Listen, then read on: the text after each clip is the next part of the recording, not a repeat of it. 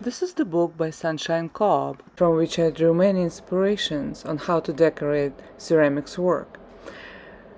This is what she's writing about decorating and finishing. When you consider your favorite pieces by other ceramic artists, you'll realize that much of what you respond to in their work is related to their surface treatment and attention to detail when finishing. Despite this, many beginning potters devote little time to learning about finishing techniques compared with the time they spend creating forms. While such techniques can seem intimidating, lack of experience in this area will ultimately lead to ruined work. Glazing may be the first thing that comes to mind when you think of decorating ceramics, but there are many ways to decorate your projects well before glazing, and they will help you build complexity in your surfaces. Greenware decoration, or decoration on soft clay, is all about adding interest to your piece before you have finished making it. Texture is applied in so many ways that some of them may at first not be obvious. For example, texture development hinges on how you choose to build. Is your form pinched? Is it ribbed? Do you want the surface to be smooth or rough? Texture is an aesthetic choice that begins with the very nature of how you form and combine pieces. Developing the surface of clay objects is easy and a challenge at the same time. Clay is so soft and malleable that it will do what you want, so the difficult part is figuring out what you want in the first place. In this video, I will show you how to make stamps and roulettes. A stamp can be an implement with a single motif on it, which you then repeat on soft clay regardless of its scale. A roulette is a wheel-like device with designs cut into the surface so that when the device is rolled on soft clay, it leaves a repeating pattern. Think of it as a rolling stamp. To begin with, slice clay in bricks roughly 2 inches thick. You need to roll each block into a coil, roughly about 1 or 1.5 inch thick. Don't start rolling the block of clay right away. Smooth out corners by tapping so the clay doesn't fold on itself. Then slice coils in various sizes. The length of your palm, the length of your finger, and some really short ones. Use a dowel or a pencil to hollow out the center of the coil and clean up any rough edges. After you push the dowel through the coil, roll it just a couple of times. You'll see how the clay stretches and becomes wider. This hollow center allows the roulettes to dry evenly and quickly. For the finger-sized roulettes, it also allows for an easy grip. Roulettes can be made from almost anything, but when you're working with clay, plaster and B-square roulette make sense and work well. However, these materials draw moisture, so they will eventually become saturated and need to dry out. You will begin to tear the clay with your stamps and roulettes if they're wet. When you wash your stamps and roulettes, let them dry for a full day before using them again. Stamps can be a variety of sizes. They can be double-sided or single-sided. Just make sure that it's comfortable to grip. While clay is soft, you can press it into some texture that you can find around you, like screws or picture frames or ornate candles. There's plenty of texture around us. Take a good look and see what you can find. You can create interesting textures by repeatedly pressing simple objects into soft clay. like a cap of a marker.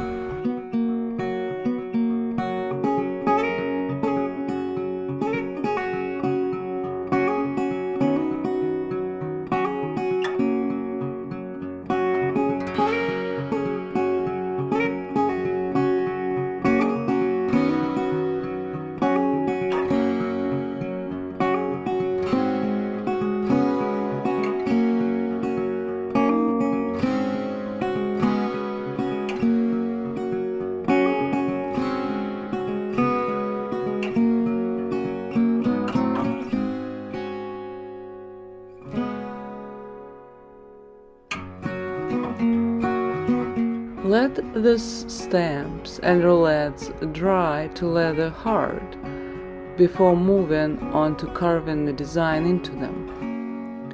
And now is the fun part, carving designs.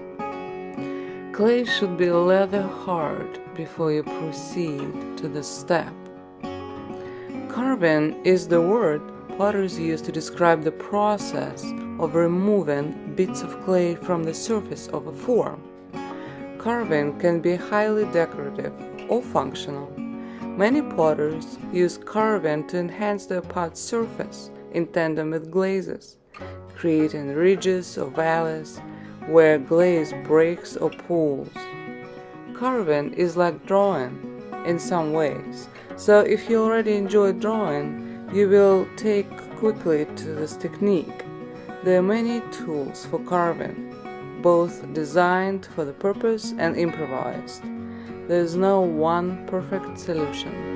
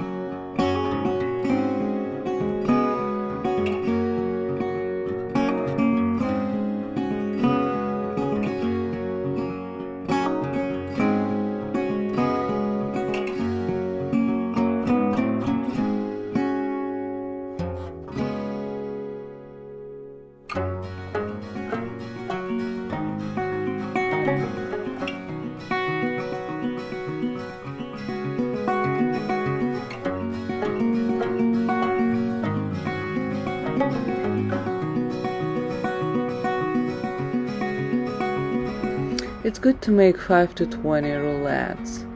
Usually you end up liking just a few out of one batch.